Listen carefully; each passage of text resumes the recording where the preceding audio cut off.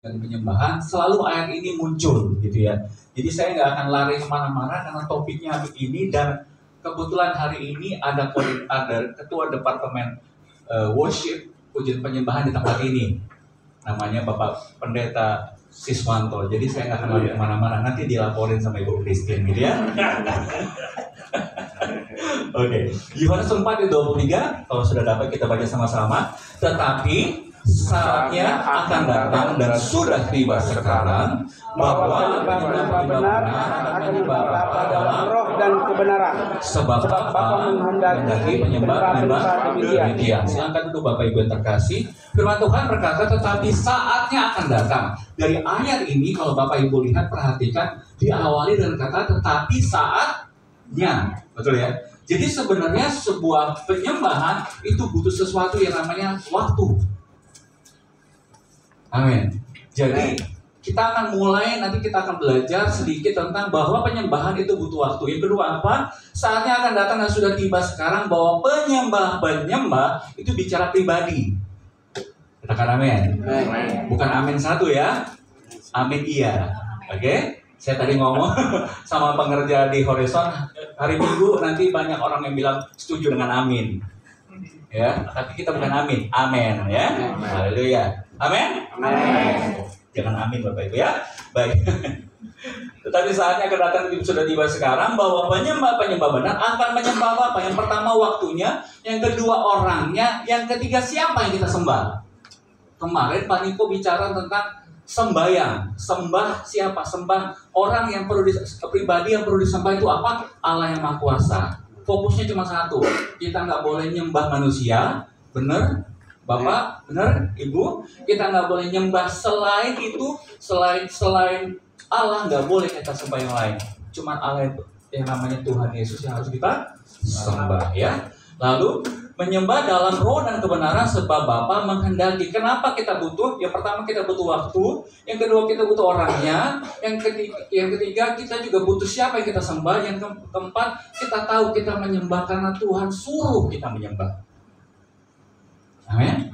Amin. Saya ulangi. Yang pertama, dalam penyembahan, dalam doa pujian penyembahan itu butuh waktu. Katakan waktu. Waktu. Dalam doa pujian penyembahan itu butuh orang yang menyembah. Amin. Dalam doa pujian penyembahan itu perlu tahu siapa yang disembah. Betul? Dan dalam doa pujian penyembahan mesti sadar yang kita lakukan tadi itu adalah maunya Tuhan. Amin. Amin. Sudah selesai Pak ibadahnya. Sudah bisa pulang. Oke. Next boleh diklik sekali. Ya. Doa pujian penyembahan. Tapi saya mau ajak kita sama-sama merenungkan pagi hari ini dalam waktu yang nggak lama ini tentang doa pujian dan penyembahan adalah sebuah hubungan antara Allah dan manusia. Ada sisi lain tentang penyembahan yang cukup menyentuh dalam diri saya, yaitu tentang sebuah hubungan. Saya ini, kalau saya cerita ini bukan karena saya menjelekkan orang tua saya, tapi saya bangga sama papa saya. Gitu ya, umurnya udah masuk 83 ya gitu ya, sudah mulai umur tapi masih mau melayani Tuhan, itu luar biasa ya, bahkan sampai ayat firman Tuhan pun masih ada di kepala, jadi itu luar biasa. Tadi saya mau cerita, saya ini anak terakhir dari 4 bersaudara, laki-laki, perempuan, laki-laki terakhir. Jarak saya dengan kakak saya yang nomor 3 itu 5 tahun ya, jadi yang pertama kedua 1 tahun, 2 ke 3 jaraknya 2 tahun, 3 ke 4 5 tahun. Kesannya jadi kayak bonus ya Bu ya, ya kesannya bonus gitu ya. Nah, yang saya tahu selama saya hidup dengan bapak saya itu, bapak saya ini seorang pekerja yang giat, dia kerja di Pertamina, tapi dia juga pelayan Tuhan, juru kunci di gereja. Juru gereja kita di GPIB, setiap pagi itu jam 5 dia bawa seluruh anggota keluarganya dengan mata ngantuk-ngantuk ke gereja atau ngapain, bantuin dia buka kunci pintu gereja, nyalain mic, setel semua. Dia adalah ketua majelis yang paling repot. Udah selesai, anak-anaknya nanti duduk di meja panjang, dia duduk di kursi panjang itu ya, kalau gereja lama gitu ya, lalu ngantuk-ngantuk gini-gini. Nanti baru lagu satu bunyi, kita sudah begini, nanti dia ambil tangannya dicubit. bangun. Nah itu, ya. Lalu dalam kehidupan sehari-hari, bapak saya ini latar belakangnya adalah latar belakang orang tua zaman dulu, ya. Jadi dulu dia pernah berperang lawan, dia 13 PKI, dia pernah lawan pemberontakan, ya itulah yang dia di sejarah. Jadi terbentuk karakter keras di dalam dirinya, dan karakter itu menjadi suatu alasan kenapa dia melakukan hal yang sama kepada anak-anaknya, termasuk kepada saya. Saya itu bukan anak yang pernah dipeluk, Bapak Ibu, dan gak pernah diajak main. Seingatan saya, sesadar-sadarnya saya, bahkan almarhum mami saya pernah nanya, papi itu pernah ngajak kita jalan-jalan gak sih? Nggak pernah. Luar biasa ya. Dan akhirnya saya terbentuklah sebuah karakter dalam diri saya itu, bahwa saya nggak butuh papi, saya cuma butuh mami. Nah itu, ya. Akhirnya dalam perkembangan pelayanan saya pun, saya lebih pendekatan saya kepada Tuhan pun tidak seperti kepada Bapa, tapi kepada Tuhan. Saya memang menganggap Tuhan itu sesuatu yang besar, yang susah dijangkau. Begitu. Ya. Sehingga suatu saat ketika saya ini termasuk anggota band, gitu ya. Saya dulu punya band, kalau Bapak Ibu masih ikut di zaman saya tahun 90-an ya. Itu ada satu kaset namanya Metallic Clinic. Itu isinya salah satu band terkenal di Metallic Clinic itu namanya Kuburan, band Kuburan. Yang lagu terkenalnya C A minor, D minor ke G lagi. Itu buat penyembahannya Pak Miko. Ya. Nah, saya ada di dalam band itu gitu. Nah, suatu saat ketika saya tamat SMA, lalu saya mau masuk ke IKJ, Institut Kesenian Jakarta. Tapi gelombangnya nggak dapat, cuma dapat gelombang terakhir. Jadi saya nunggu. Sambil nunggu, saya ingat saya pergi ke gereja Rel 6 Horizon waktu itu. Lalu saya duduk di situ, kita kan dulu dapat warta sepekan ya. Warta sepekan saya buka, di belakangnya ada tulisan sekolah musik gitu. Kalau tulisannya sekolah penyembahan saya nggak ikut kali Pak. Ya, tapi tulisannya sekolah musik Bandung, Roskuneo gitu. Ikut 3 bulan, bisa deh. Masih nunggu, masih 3 bulan, saya nunggunya 6 bulan soalnya. Bisa deh, ya udah. Saya bilang ke papi, Pis mau ikut ini deh, biar nggak nganggur. Oke, ya udah boleh. Saya ke Bandung, saya ikut hari pertama, kedua sampai 3 bulan. Dan pada momen di tengah-tengah dalam 3 bulan itu, suatu saat kita dalam pujian penyembahan seperti ini. Saya dengan tim teman-teman saya, kita satu angkatan 7 itu cuma sekitar 12-15 orang. Saya duduk di belakang dekat sound system, gitu ya. Dengan kondisi hati yang sama, perlakuan yang saya ingat, saya nggak terlalu ingat sama tentang papa saya, cuma ingat tentang mami saya, gitu ya. Saya duduk di belakang, saya ingat lagunya, mungkin nggak tahu tapi mudah-mudahan tahu, ya. Terlalu jadul ya. Kunci E aja bro. Kalau nggak tahu ngejreng aja ya. Lagunya begini.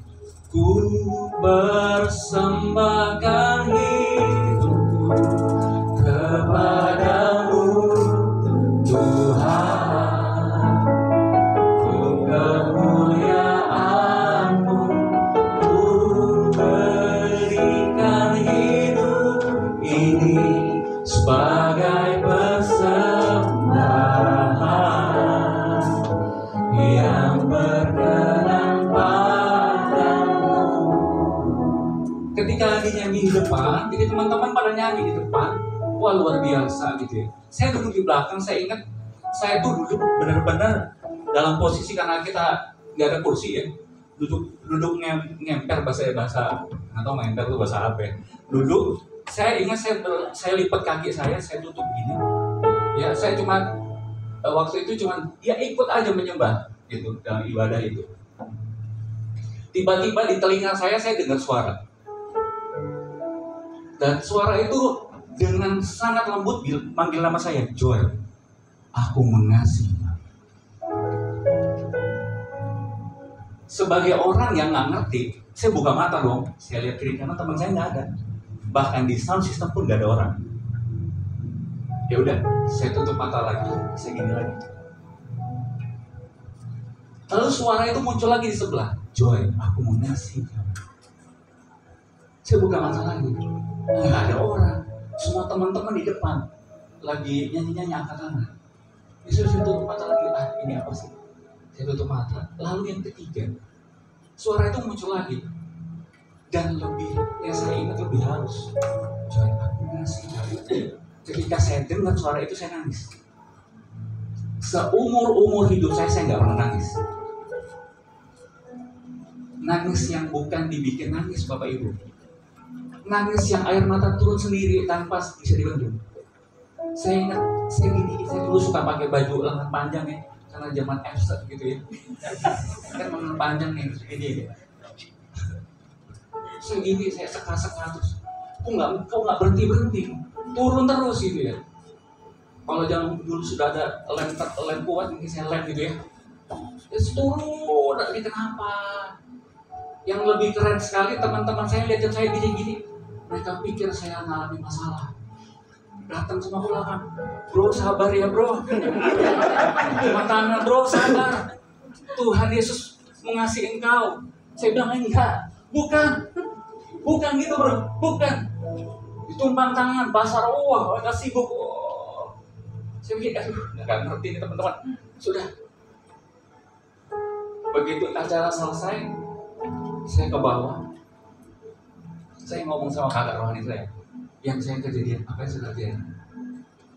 Bapak Ibu tahu, kakak rohani saya itu bilang gini, kamu lo lagi ketemu sama Tuhan.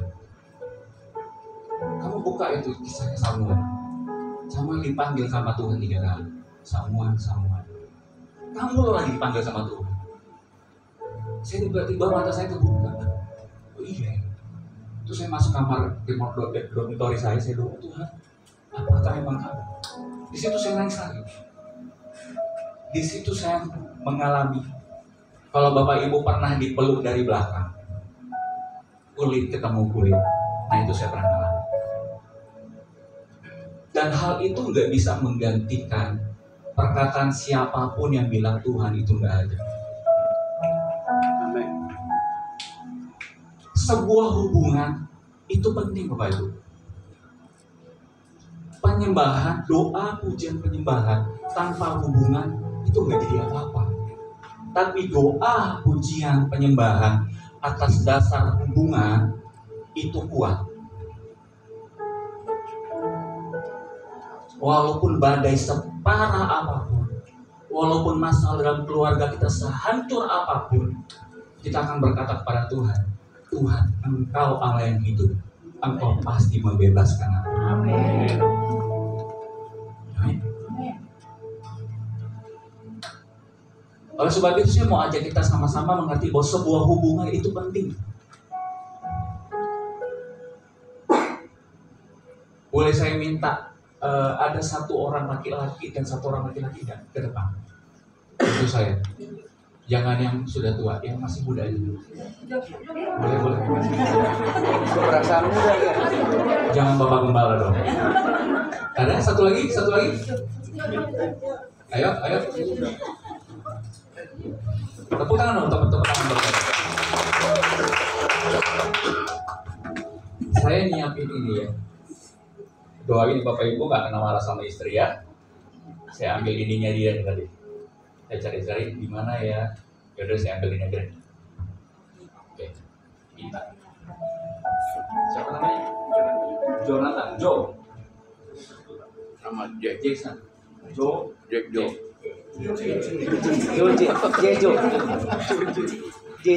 Tinggal dibikin HP-nya ya.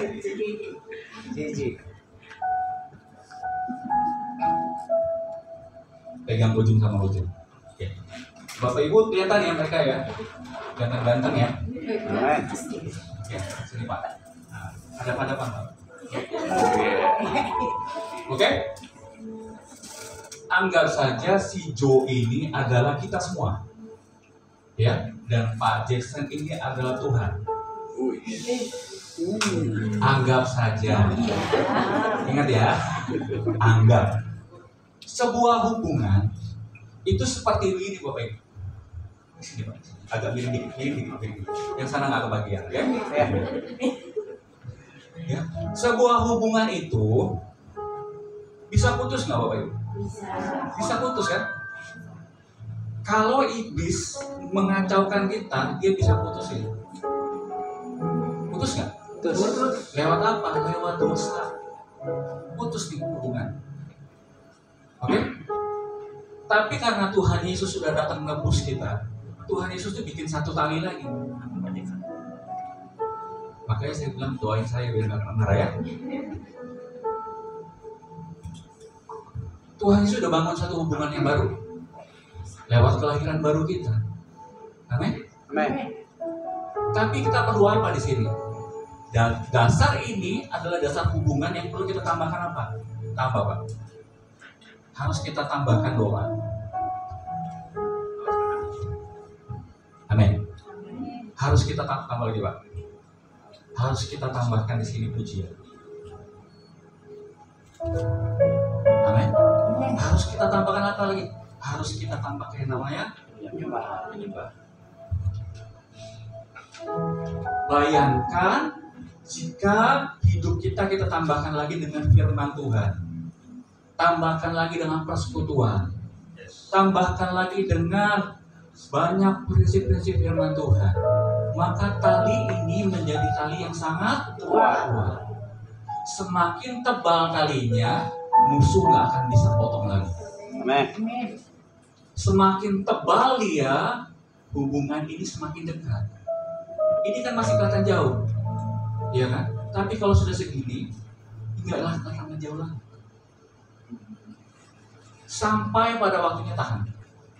Akan ada waktunya kita mau jauhin dari Tuhan. Tahan, Pak ya? Benar ya, Pak ya? Waktu dia tarik, Tuhan akan di situ aja. Ingat, Tuhan itu nggak pernah jauh dari kita. Amin. Tuhan Engkau tak jauh, takkan. Ya kan? Di waktu kita mau jauh, Tuhan, ditahan aja. Saya ini termasuk orang yang pernah mau jauh. Saya nggak, waktu dari kecil, Pak, saya udah didoain jadi pendeta. Sedih kan? Entah dari mana tuh tiba-tiba saya jalan, kata papi saya, kalau Bapak Ibu tahu Bapak Pendeta Robinson Nenggolan, ya, tiba-tiba dia nanya, ini anak siapa nih? Anak saya, kata papi saya. Dia datangin, ini anak jadi pendeta. Lu kasih tuh anak-anak, langsung ketahuan jadi pendeta. Jadi seumur saya hidup, saya bilang kamu jadi pendeta, dan saya jawab enggak. Saya bilang enggak, saya mau jadi artis, saya mau jadi pemain band. Saya tuh memang saya main band, saya terus main band, wah. Makanya saya punya album mental di situ, gitu. Tapi ternyata Tuhan tetap di sini. Sejauh saya lari, ku berlari mendaki ke langit, tapi Engkau ada di situ juga rupanya Tuhan. Kemana aku pergi? Engkau di situ. Bapak Ibu, kalau sekarang anakmu lagi pergi kemana-mana, doain aja. Kalau memang dia bagian Tuhan, dia nggak akan kemana-mana. Amin. Katakan amin. Amin. Tapi akan ada waktunya. Tuhan bilang, perjalananmu sudah cukup anakku. Dia akan tarik.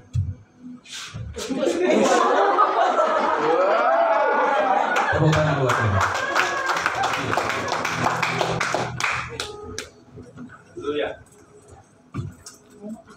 Amin. Amin.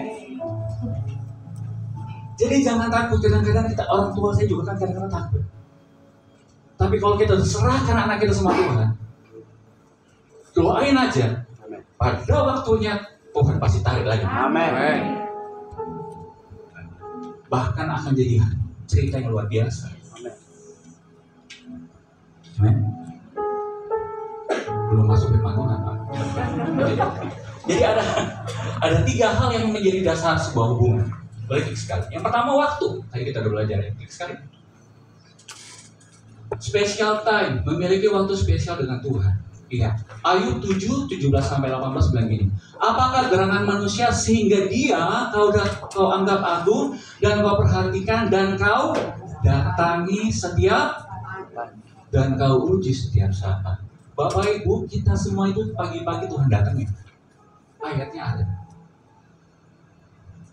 Cuman kadang-kadang, kalau saya bilang sama anak-anak muda, kadang-kadang kita waktu Tuhan datang kita masih molor.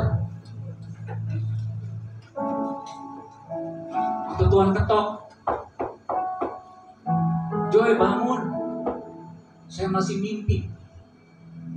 Padahal firman Tuhan bilang apa? Kau datangi setiap hari. Yuk Bapak Ibu, saya ajak kita sama-sama di tahun yang baru ini, gitu ya, 2024 ini. Kalau Pak Niko udah bilang kita sama-sama belajar untuk sembahyang lagi sama Tuhan, bikin waktu khusus sama Tuhan. Oh, saya udah bikin Pak waktu dengan anak-anak dan istri. Bagus itu mesbah keluarga, bagus. Tapi buat lagi Pak sendiri dengan Tuhan. Kenapa? Keselamatan itu pribadi Pak. Dan kita perlu ngobrol sama Tuhan. Curhat istilahnya, curahan hati. Apalagi buat yang muda-muda nih. Kalau dari muda kalian sudah bisa ketemu sama Tuhan, itu hebat. Punya waktu spesial dengan Tuhan. Ada satu lagu lama, boleh dikunci tadi. Lagunya ini, dan ku ingin mengenalmu Tuhan lebih dalam dari semua yang ku kenal. Bikin sekali. Tiada kasih yang melebihimu, ku ada untuk menjadi penyembahmu. Sekali lagi katakan dan ku ingin mengenalmu Tuhan lebih dalam dari semua yang ku kenal.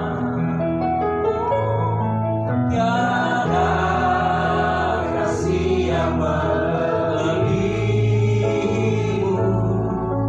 ku ada untuk menjadi penyembahmu.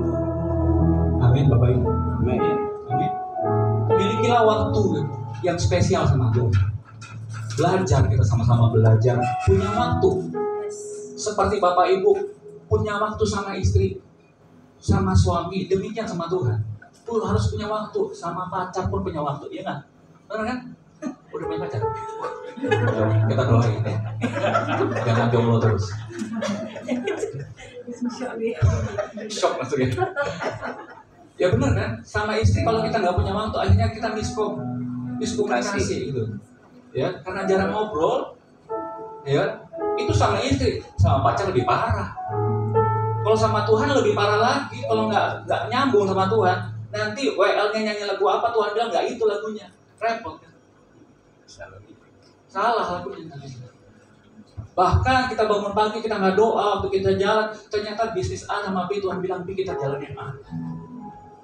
Makanya begitu kita jalan yang A kok buntu ya, terus kita bilang Tuhan kenapa Tuhan nggak berkati? Tuhan bilang kamu nggak nanya sih. Nanyanya gimana? Bikin waktunya, bikin tempatnya, bikin keadaannya gimana. Yang kedua, klik sekali.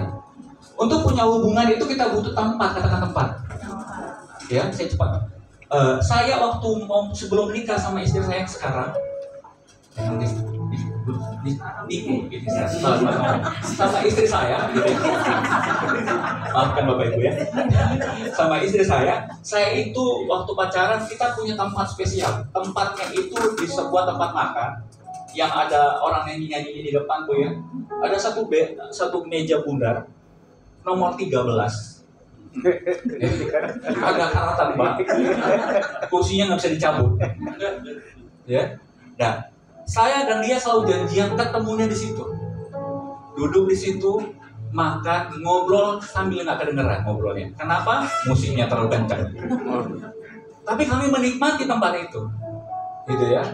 Tidak remang, terang banget gitu, ya. Ramai orang lalu lalang. Nah itulah tempat kami pacaran di situ. Ngobrol di situ. Dan disitulah dia tiba-tiba dia tahu siapa saya, karena dia bilang ini laki-laki nggak bisa dibiarin. Kenapa kamu ajak saya makan? Saya ingat itu kali keempat saya ajak dia makan. Dia bilang, kamu ngapain ajak saya makan?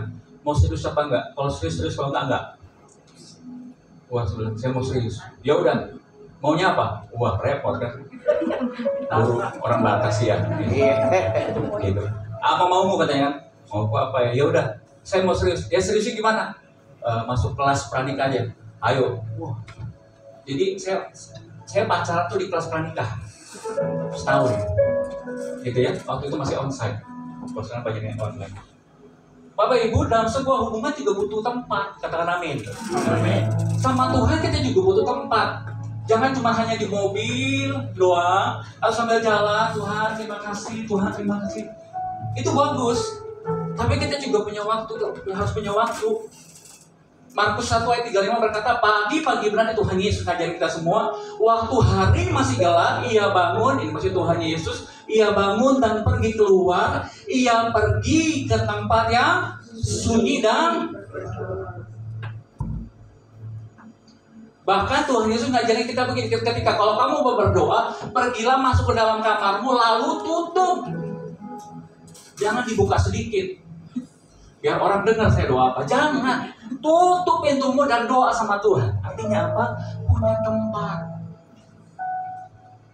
Dan saya percaya Bapak Ibu juga pasti mau dong punya tempat pribadi dengan istri sendiri, ada dong kamar sendiri gitu kan. Benar? Kalau mungkin sampai detik ini masih rame-rame, kayak saya nih sampai sekarang saya masih tidur berempat sama anak saya. Karena rumahnya belum jadi. Doain Bapak Ibu. Masih berempat tidurnya kayak ikan sarden. Tapi sama istri saya bilang, pengen juga yang punya kamar sendiri supaya kita mau ngobrol pun anak-anak gak usah denger gitu. Ya kan? Sama Tuhan sama. Kita perlu waktu untuk ngobrol sama Tuhan. Tempatnya mesti ada. Yang ketiga, next 2 kali. Yang harus kita miliki itu dalam sebuah hubungan yaitu apa? Miliki kerinduan yang terus menerus. Kadang-kadang Bapak Ibu kalau habis berantem itu maunya kita pisah. Iya kan? Nggak mau kulihat mukamu dulu hari ini. Kerja kau sana. Terus si Bapak bilang, kau pun. Gitu kan? Nggak akan kuangkat ini HP-mu ini. Bunyi kau biarkan. Syukurin. Nah itulah. Ya. Tapi Bapak percaya atau enggak, ada waktunya di mana ketika kita dalam posisi jauh, rindu itu pasti mulai muncul. Saya waktu dipercayakan Tuhan, saya pelayanan waktu itu saya cukup lama. Kita di Batam, istri saya waktu kita itu masih sekitar 1,5 tahun menikah. Lalu saya dipercaya sama gembala saya sebelumnya untuk melayani sangat jauh. Bukan cukup jauh, sangat jauh ke Kenya, di benua hitam sana. Susah sinyal Pak. Ya, makanannya cuma ada ikan sama ayam, selebihnya nggak ada. Pizza nggak ada, KFC nggak ada, semua nggak ada. Restorannya semuanya ikan ayam, baju semuanya merek Majari China. Gitu ya, itu di Kenya. Minumannya judulnya keringat. Bukan aqua, judulnya namanya keringat. Lalu saya coba hubungin dia, susah. Aduh, nggak bisa telepon. Dan dia nunggu rupanya. Kapan telepon pun sampai dia akhirnya kesel. Ini nggak mau telepon nggak, aku sudah nggak ingat ya. Gitu kan? Sampai satu waktu kita berada di satu tempat yang agak bagusan lah ya, gitu ya. Tadinya kita di satu tempat yang namanya ada nama gereja di sana, namanya gereja sampah. Nama gereja kapasitas puluhan ribu tapi tengah-tengah sampah. gitu ya. Di situ kita melayani. Nah, akhirnya kita pindah ke satu tempat, ketemu dengan satu pendeta besar di sana, lalu masuk ke rumahnya, puji Tuhan ada wifi, gitu ya. Wifi-nya cukup kuat waktu itu. Saya langsung minta, boleh minta, oh boleh silakan, ini bebas kok. Saya nyalain, masuk, sinyalnya kuat, saya langsung telepon. Saya telepon, halo, gimana gitu. Yang saya terima jawaban pertama apa? Kemana aja kamu? Wah. Kenapa ngomongnya itu WA SMS dulu kan BB ya. Masuk semua. Wah, di mana? Kenapa banyak banget. Icon merah, ada orang gitu ya. Merah. Wow, luar biasa gitu kan. Tapi detik itu saya mengerti bahwa dari hati kecil saya, walaupun saya nggak terlalu berlebihan gitu, saya merindukan kamu sayang, nggak gitu sih gitu kan. Tapi saya di hati saya rindu loh dia, kalau bisa dia ikut. Bahkan hari ini pun saya ngajak dia datang. Saya bilang, kamu datanglah ikut saya, kalau saya khotbah kamu ikut. Mau ikut, dia bilang, Pak saya mau ikut, tapi saya ada jadwal ngajar sekolah minggu di Horizon. Gimana? Tanya bisa tukar nggak? Nggak bisa Pak. Gitu. Karena saya juga punya kerinduan kalau di mana saya khotbah ada istri saya, karena dia tukang koreksi ya saya. Saya kalau di mana ada dia. Begitu selesai khotbah masuk mobil, kamu tadi salah ngomong ini, kamu dicatat banyak. Pertama saya sakit hati Pak, cowok gitu ya, laki-laki kan, lu ngajar gitu ya, tapi saya kan udah sekolah segala macam, ngajar, tapi akhirnya saya ngerti dia, saya perlu dia untuk supaya saya lebih tajam, supaya saya lebih lebih sempurna lagi. Amin. Gitu. Itu bapak-bapak ingat ya, amin. Kalau punya istri, amin, pergunakan sebaik mungkin. Itulah sebuah hubungan. Perlu yang namanya kerinduan yang terus-menerus sama Tuhan. Kalau sama manusia aja bisa, apalagi sama Tuhan. Saya berdoa buat kita semua. Doa, pujian, penyembahan itu bukan slogan. Bukan cuma cerita atau omongan belaka yang kita dengar tiap hari, tiap minggu di depan mimbar. Oh, mari kita hidup dalam doa, pujian, penyembahan. Enggak.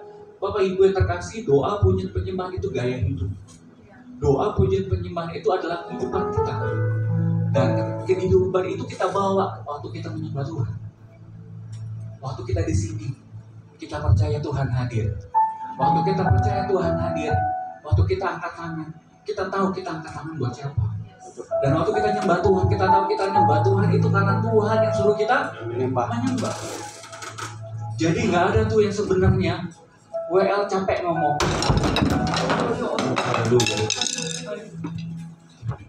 Gak ada tuh yang mesti capek ngomong, haleluya, mari angkat tangan Bapak Ibu. Gak perlu sebenarnya. Karena ekspresi kita lah mengungkapkan rasa cinta kita sama Tuhan. Benar ya? Pak, Bapak, apakah mesti disuruh bilang sayang sama Ibu? Mesti orang lain yang ngomong? Mesti ngomong sendiri atau Bapak mesti disuruh ngomong? Ngomong sendiri kan? Gak perlu orang lain kan? Nanti segitiga cintanya Pak. Benar kan? Demikian juga kita sama Tuhan. Nggak perlu kita disuruh sebenarnya sama orang lain. Kalau kita mau bilang Tuhan, aku mau sembah, aku mau angkat tangan aja udah. Karena apa? Itu ekspresi cinta kita sama Tuhan. Tim musik, WL, singers. Kadang-kadang kita nggak perlu terus mimpin jemaat. Kadang-kadang jemaat juga perlu. Kita cuma perlu bawa mereka. Ketika mereka sudah ketemu Tuhan, biarkan mereka sama Tuhan. Jangan sampai kita seperti kenek. Garogol. Ayo, masuk semua. Pergi, dia di sini. Yang lain nyampe sana, dia di sini. Next berikut lagi. Ya, garogol, masuk udah penuh. Jalan. Dia tinggal. Amen. Di musik ya, ingat ya. Jangan sampai kita seperti itu. Kita bawa mereka masuk dalam perintah Tuhan, kita nggak masuk. Sehingga pada suatu saat, kalau tiba-tiba trompet Tuhan bunyi, semua jemaat dan Bapak Gembala di sini naik ke surga semua, twing pengangkatan, pemusik masih kau sembah, kok sepi ya. Bel masih tutup mata, kau ada jemaat Tuhan angkat suara lebih kencang lagi, kau sembah. Kok nggak ada suaranya? Kok Bapak Gembala nggak ada lagi suaranya? Begitu buka mata kosong. Tinggal banyak salah. Bangun hubungan dengan Tuhan itu. Amin. Saya juga terus bangun hubungan. Memang selama saya masuk ke Bekasi ini, tantangannya lebih kencang, lebih berat. Tapi yuk sama-sama maju, terobos. Kalau merasa tertekan di hati, seperti Daud aja, bilang sama hatimu, hai jiwa, kenapa tertekan jiwaku? Tetaplah pujilah Tuhan, hai jiwaku. Ada lagu tuh, klik sekali cereng. Pujilah Tuhan, hai jiwaku. 5. Pujilah nama yang kudus, segenap hatiku. Pujilah Tuhan selamanya. Amin. Jangan biarkan padam, Bapak Ibu. Cintamu jangan biarkan padam sama Tuhan. Walaupun masalah dalam kantor, masalah apapun yang sedang Bapak Ibu alami saat itu, begitu menekan sampai sakit kepala, bilang dalam hatimu, nggak bisa dibiarin. Aku mesti nyembah Tuhan. Nyembah Tuhan. Langsung angkat satu pujian, besar anugerahmu. Oh, kurang dapat juga nyanyi. Shout to the Lord of the earth, let us sing. Angkat pujian sama Tuhan. Saya ingat terakhir saya di tempat ini. Anak saya yang pertama laki-laki namanya Digan. Ketika umur kalau nggak salah 3 bulan dia masuk 3-4 bulan dia masuk rumah sakit.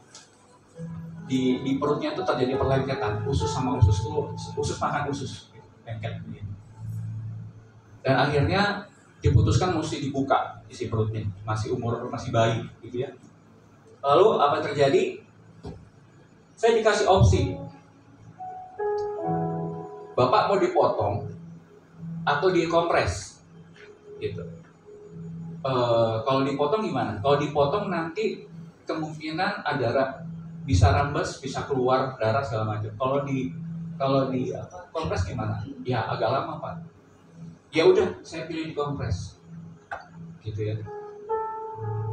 Berapa waktu kemudian masuk Pak, saya disuruh masuk dan saya lihat anak saya ketutup kain putih, lalu ususnya itu ditaruh di sebuah nampan. Ususnya udah mulai besar-besar, lalu ada bagian yang agak hitam, itu lagi dikompres. Dia bilang ini ususnya Pak. Dalam hati saya ngapain dikasih lihat? Di meja operasi dia 4 jam, masih bayi 4 jam. Gitu ya. Dan pada waktu itu Bapak Ibu saya itu dalam kondisi saya baru diangkat sebagai koordinator departemen musik Rayon 10.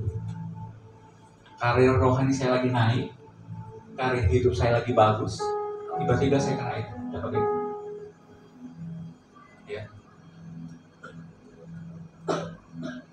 Saya ngomong, saya ajak istirahat, gimana ya, ya udah kita urusin.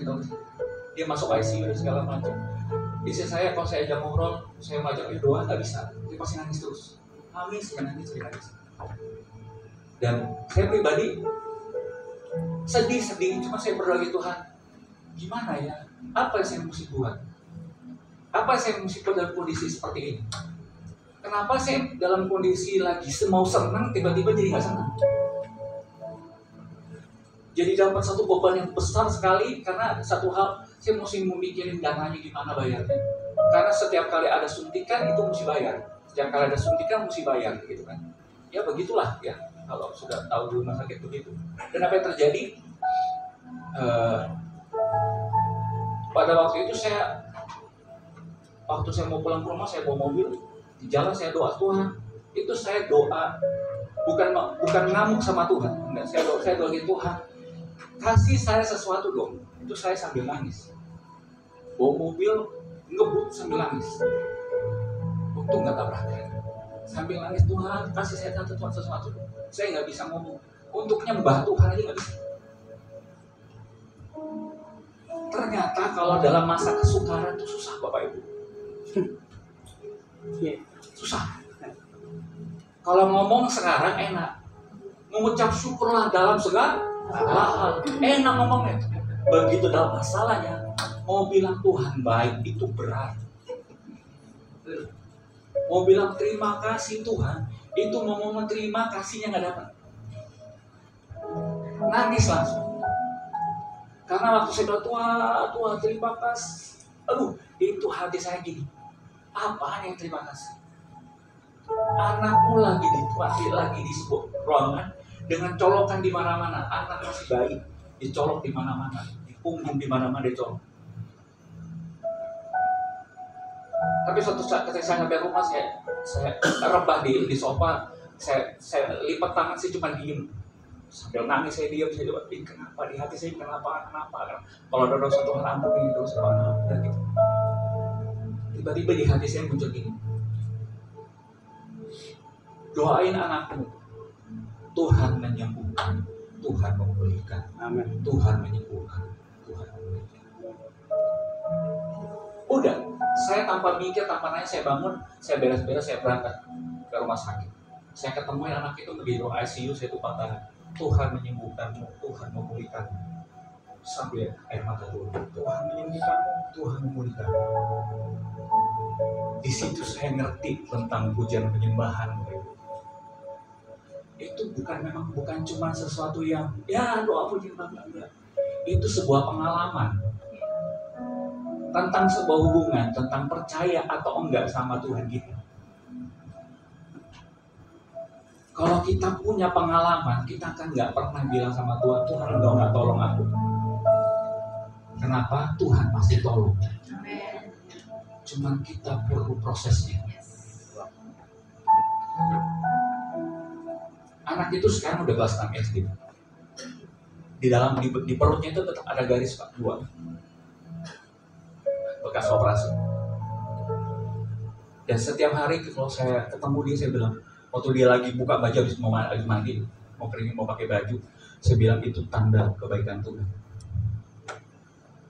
Anak ajaib masih bisa hidup sampai sekarang. Amin. Bapak Ibu, penyembahan itu awal masuk dalam sebuah kemujizatan. Sebuah hubungan itu dasar dari sebuah penyembahan. Saya berdoa pagi hari ini, yuk kita awali lagi penyembahan kita. Pujian kita, doa-doa yang kita naikkan, bukan cuma gara-gara cuma kita mengharapkan sesuatu, enggak. Tapi karena kita tahu kita punya Bapa, kita punya Allah, kita punya Tuhan. Kita tahu saya dan Tuhan itu ada hubungan. Jadi saya bisa minta apa-apa sama Tuhan. Saya bisa ngomong sama Tuhan. Saya bisa bicara sama Dia. Karena saya punya tempat, saya punya waktu, saya punya kekhususan sama Dia.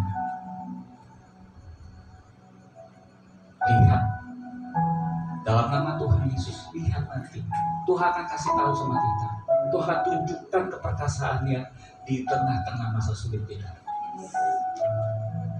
Kadang-kadang kita nggak perlu bilang siapa nih yang akan nunjukin enggak. Nanti Tuhan akan tunjukkan di telinga kita sendiri dan di depan mata kita sendiri. Dan kita akan bilang, Tuhan, ternyata Tuhan baik. Ternyata Tuhan ada. Ternyata Tuhan memang ada di sisi saya. Amin. Saya ajak kita sama-sama tundukkan kepala, yuk kita angkat pujian yang tadi. Dan